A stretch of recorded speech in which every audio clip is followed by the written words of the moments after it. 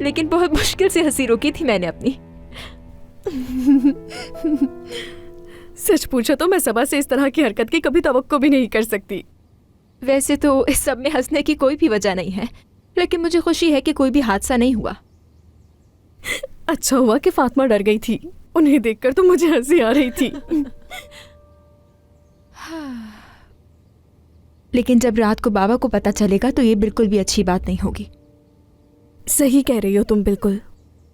मुझे पूरा यकीन है कि बाबा सबा को जॉब से निकाल देंगे तूबा। मुझे भी यही लगता है। गुस्से में मैंने जो कुछ कहा उस सब के लिए मुझे अफसोस है बहरीन। तुम जानती हो मैं कभी भी तुम्हें तकलीफ देना नहीं चाहता। हमें एक आखिरी बार बैठकर आमने सामने बात करनी चाहिए। किसका मैसेज है? कोई भी नहीं, बस एक एडवर्टाइजमेंट टेक्स्ट था और कुछ नहीं। बाद में मिलते हैं।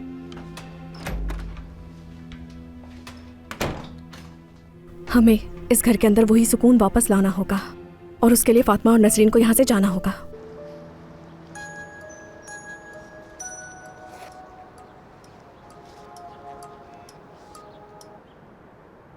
हेलो।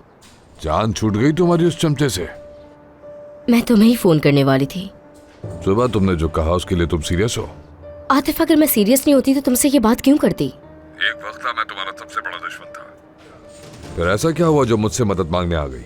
क्योंकि मुझे वाकई किसी की जरूरत है जो मेरी मदद कर सके, और तुम्हारे अलावा ये काम कोई नहीं कर सकता।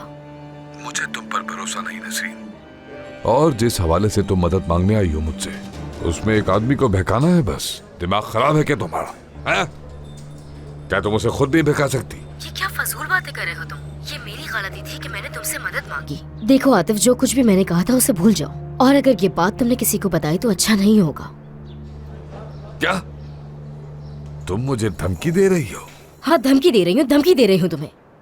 मुझे लगा था कि शायद तुम आसानी से पैसे कमाना चाहते हो, जैसे तुमने गाड़ी वाले मामले में इतनी कोशिश की थी।